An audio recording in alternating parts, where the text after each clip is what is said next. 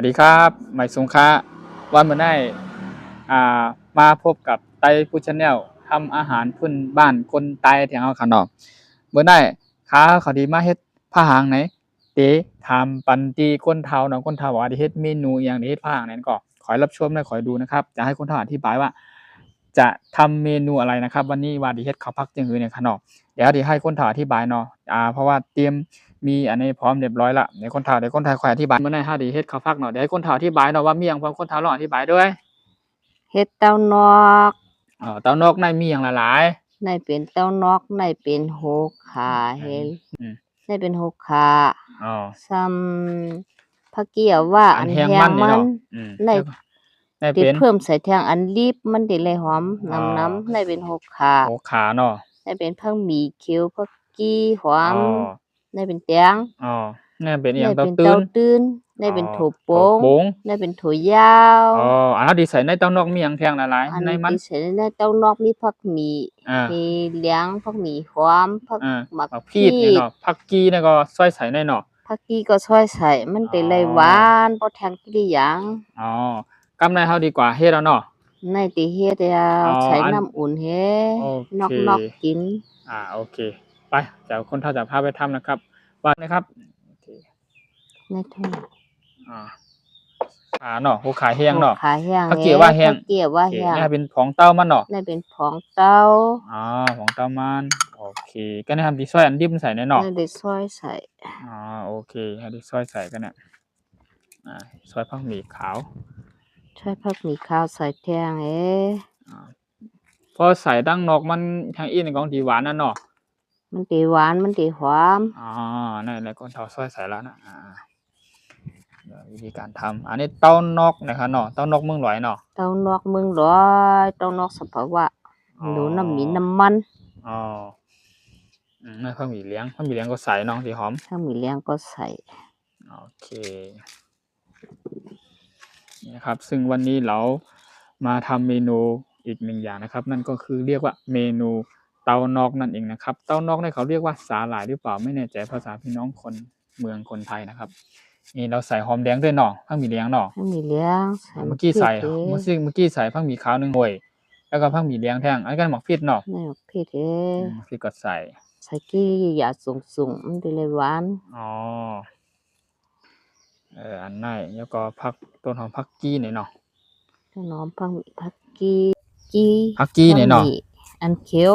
อันดิบมันอันดีเลยหอมเนาะดีเลยหอมโอเคหัวขาไปได้ใส่เนาะหัวขาก็นะสุดเมนูย่อมอร่อยเสมอนะครับเมนูพื้นบ้านคนไทยนะครับอร่อยกว่านี้ไม่มีอีกแล้วนะครับสำหรับเมนูพื้นบ้านหรือเมนูหรือ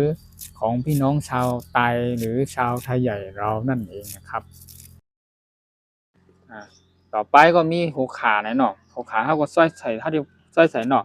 หัวขานี่ก็ซอยใส่จะเลยหอมบ่ใส่น้ำใส่อิดๆเนี่ยให้หอมแล้วเนาะใส่อิดให้หอมให้หวานโอเคสิให้หอมส้มปลาส้มเถิน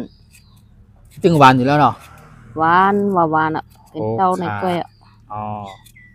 โอเคผักเกี๊ยวว่าอันรีบในดำใส่ว่าใส่กะ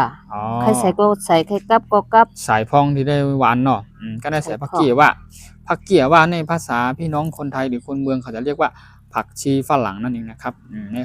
ภาษาพี่น้องคนไทยหรือคนไทยใหญ่เรียกว่าผักกี้ว่านะครับเนาะผักกี้เมืองกอกนะครับดอกผักกี้เมืองกอกว่ากูไม่ว่าผักเกี๊ยวว่าก็ว่าโอเคผักเกี๊ยวว่าก็ว่าผักกี้กะลาก็ว่าว่าเสียใส่ผักกี้ว่าหรือผักกี้เมืองกอกยาวๆก็ได้ใส่คือสมมุ้งโถเนาอย่างขนมว่าไปใส่เข้ากันนี่ก็นอกน้ำอุ่นนอกไหนเนาะนอกน้ำอุ่นให้ใส่อันนี้เป็นอย่างก่อนนะนี่เป็นผงโรดลีผงโรดลีใส่เข้าไปผงโรดลีผงโรดลีอันนี้ทำเป็นเกลือนะครับเนาะเกลือก็บอกเกลือนะครับเนาะเป็นเกลือก็ใส่น่ากินนะครับเฮ้เกลือถั่วเน่านะครับเนาะทั้งแอบเป็นถั่วเน่าอันนี้แอบถั่วเน่าน่าจะเป็นแอบอันไหนลิกมาได้ถั่วเน่าน่าเป็นจื้อหือเนี่ยว่าผมขาดอันนั้นไรเนาะ อ่า พวกขาดทุนเราเนี่ยเต็มเหมือนวานเก่า อันนี้พองถั่วเน่าเขาเนี่ยเอาถั่วเน่าใส่ลงไปถั่วเน่าถั่วเน่าในขาดำลายหวานละในหัวคนเทาว่าไหว้เสอันนี้เป็นเอียงแทงก็ได้เก เนี่ย ลื เป็ อน ถั่ คื ว อ เน่า ใส่เอาก็ยังล่ะ เที่ยวก็อันเป็นของหวานนี่ก็ ใส่ผ ชู ง ร ห ส วาน ในคันหนอภาษาพี่น้องคนเมืองคนไทยเขาเรียกว่าชูรสผงชูรสนั่นเองนะครับโอเคก็ในก่อนที่เขาดีในต้องเอาในตำก่อนนะก็ได้ ตำก่อนตำหึง นอกเห ที่อยากเข้ากันเอง อ๋อที่เดี๋ยวมันเข้าก่อนเขาเคยเอานำนอกไหนหนอ แถวน้ำนอก อันนี้ห้องว่าเมนูหยังก็เต้านอกไหนหนอ เต้านอกสภาวะใต้เมืองหลอย อ๋อโอเคเต้านอกสภาวะใต้เมืองหลอยเอาเราเข้มนะเฮ้นอกก่อนไหว้เสียเฮานอกขี้หยางพิดเกิงเข้ากันบ่ดอกก็ได้คนเฒ่าที่มาลัดนี่ว่าความเป็นมาของเต้าว่าเฮากล่าวกันอะไรมาเฮ็ดจึงเอามาเลยให้มาเป็นเต้ามาตากซึ่งคือมาให้เป็นแผ่นซึ่งให้แห้งซึ่งแล้วก็มาตากไว้เป็นผงซึ่งเนี่ยเดี๋ยวให้คนเฒ่าลัดนี่น่ะมันเป็นจึงคือกับคนเฒ่าล่องลัดนี่น่ะคนเฒ่าล่องลัดอยู่ด้วยเมนูใต้นอกนั่นเป็นจึงคือค่ะที่มาที่ไปของมันค่ะ เต้านอกในมันเฮ็ดกินหยาบๆเย็นๆแม่งเก่ามันใจว่าลีกูตีมันใจว่าแคมกูตี เฮาต้องไปหาซึ่งหือน่ะ เป็นน้องเฮ็ดน้องแฮเปิ้นก็สอนก็ยังแฮมาใส่ๆก็ตากเฮ็ดแคบแฮซ้ำขึ้นมาหางไผหือมันแคมเหลืองอิดๆแฮขึ้นมาสุดชิดเฮ็ดพองแฮมันบ่ใช่ว่าโมกูก็บ่ใช่ว่าเฮ็ดอะไรกูก็บ่ใช่ว่าเป็นกูก็มันมี ลายของ เมือ มั ง น เฮา เนาะ ได้มี1ปี1น้องก็มีตั้งเมืองอวดมันไกลเฮา มันลาดีมี เฮา เนาะ หันตีเฮ็ดตีสังมันอยู่บางน้องก็มันอำดีเมืองเฮาได้เอาหันตีเมืองอดเมืองเดียวก็อะ เพราะว่าอันเป็นลูกๆหลานๆแต่ก็ได้เซปานาลุงอาเขาให้กินจึงหือเนี่ยก็ลองจามตัวเนาะ ลองตามตัว เสียมหนาเนาะ มันหวานเตะมันจะว่าเต้าในหวานกูติมจะว่าเต้าในลีกูตีมันก็มีตีมีตางมันให้กินกว่า แต่เมืองไทยเนี่ยบ่เบิ่นมีโลเต้าเนี่ยน้องเต้าเนี่ย ไทยเนี่ยมันมีหนองเต้าในแต่เฮาถามมันมีเมืองเฮาเมืองนอกเมืองหลอยกว่า ภาคใต้ภาคไทยเนี่ยเจือกภาคจึงหือคนเฒ่า เฮาเกี่ยวภาคใต้โยโย่เขาเป็นใต้โยโย่ ภาคเมืองถึงเมืองร้อยแน่เนาะ ภาคเมืองห้วยเมืองหลอยมันดูน้ำมีน้ำมัน โอเคก็ในเฮาเดี๋ยวนำนอกกันแน่เนาะ ก็มาเดี๋ยวน้ำนอก น้ำเป็นน้ำเดือดที่เขาตั้งไว้เนาะ น้ำเลือดทอนๆก็เลือดไม่เต็มใจ คนนอก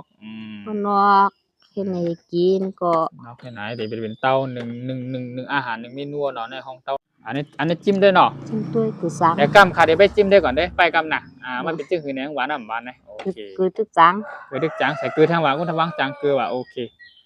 ได้ไงคือ คนถ้าบอกว่ามันจืดเราต้องเพิ่มเกลือลงไปนะครับโอเค เราจะมาชิมดูว่ามันเป็นอย่างไรนะครับ ว่าอร่อยขนาดไหนเอาอย่างกับด้วยก็พูดเนาะเอาตัวตึ้งบ่ เอาหังกับเปลดถังโป่งได้แค่ ถั่วโป้งอันนี้ถั่วโป้งหนุ่มเอาถั่วโป้งเนี่ยจามด้วยคนถ้าเอาปอดนะเข้มก่อน แค่มา เอากระปุกในวันไหนจิ้มด้วยเขาจิ้มได้ว่ามันเป็นจังหือหนอดาวนอกเนี่ยแช่มก่อน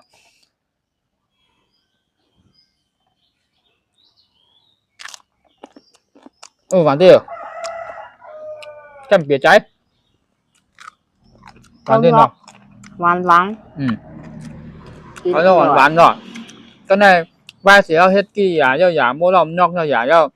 ก็ในเขาดีมากกินนี่ว่ามันเป็นจังหือความอร่อยของมันเนี่ยเนาะเอาคนทาวาจะกินกันอะไรจังหือนะคนทาวาจะเอาวางในถาดเนี่ยกินได้เลยสามารถกินข้าวมีนี่พร้อมเลย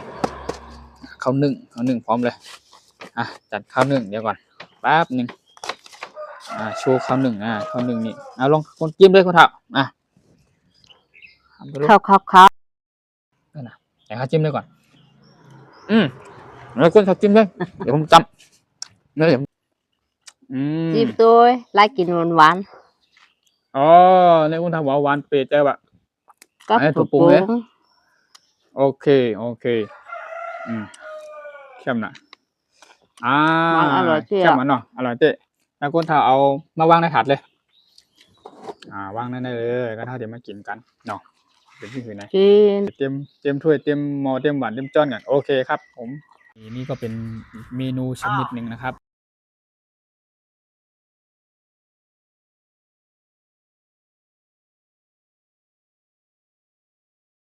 มากำในเฮาดีมากินเต้านอกนะคะเนาะมันเป็นที่หือไหนมาไอ้กอเสียขอมาเลยมากินเต้านอกมาเลยมาเดี๋ยวไปนั่งกินเต้านอกดีกว่าว่ามันอร่อยขนาดไหนนะครับ กินค่ะกินค่ะกิน มาเลยมา ข้าวต้มห่อ นี่ กินเต้านอกกินหวานๆกินอร่อยอร่อย เต้านอกค่ะ เต้านอกสับภาวะ เต้านอกส โก ภาน ว่า เท้าเมืองร้อย อืม กินหวาน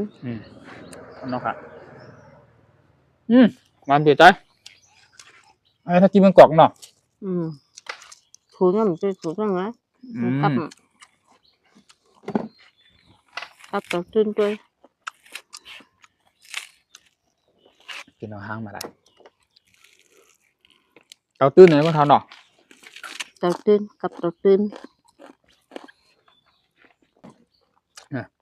คนถวายกับเกาตื้นอ่ะ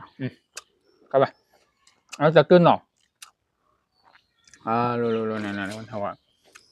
หวานของเท่า ความหนาให้อร่อยมาก ค่าดี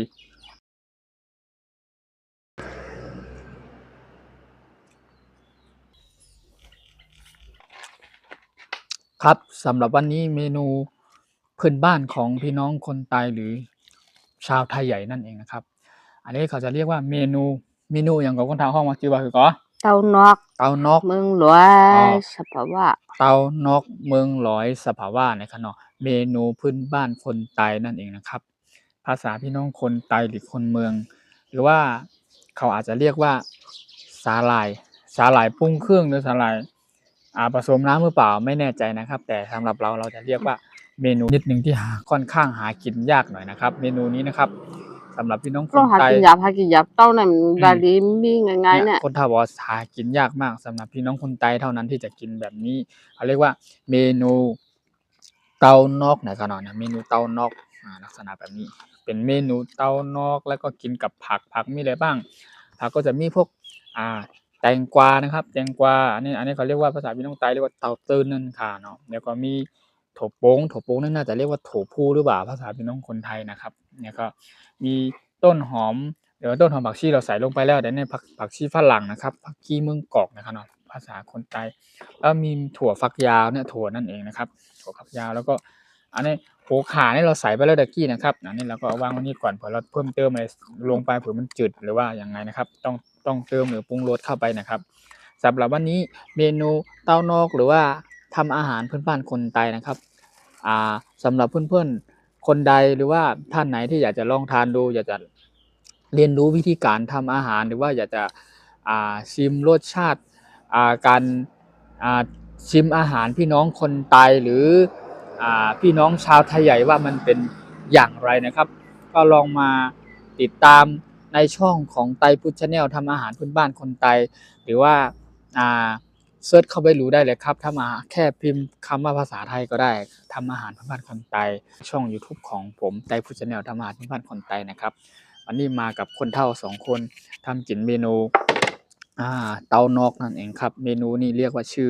ชื่อว่าเตานอกนั่นเองนะครับวันนี้อร่อยมากสำหรับวันนี้เยี่ยมเลยครับกินกับข้าวนึ่งร้อนๆข้าวนึ่งแล้วก็นึ่งเองนะครับแล้วก็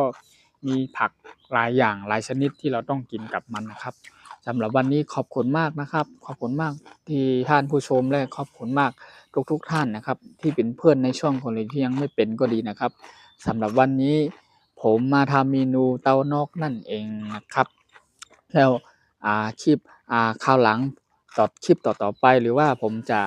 หาเมนูหรือว่าจะค้นคิดหาเมนูหลักใหม่แล้วสูตรใหม่ๆที่มันเป็นของพี่น้องชาวไทยหรือว่าวัฒนธรรมเดิมการทำอาหารที่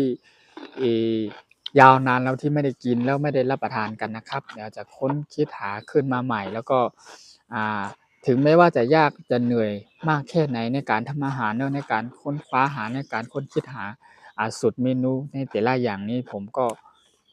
ยินดีแล้วก็ยอมเหนื่อยแล้วก็เพื่อพี่น้องทุกท่านพี่น้องชาวไทยเราก็ดีชาวไทยใหญ่เราทุกคนหรือพี่น้องชาวไทยเอาว่าพี่น้องใน ต่างแดนก็ดีนะครับที่มาติดตามได้รับชมในช่องของผม แล้วก็เพื่อทุกคนนะครับจะได้เห็นเมนูหลากหลายที่ค่อนข้างหาดูยากหน่อยนะครับ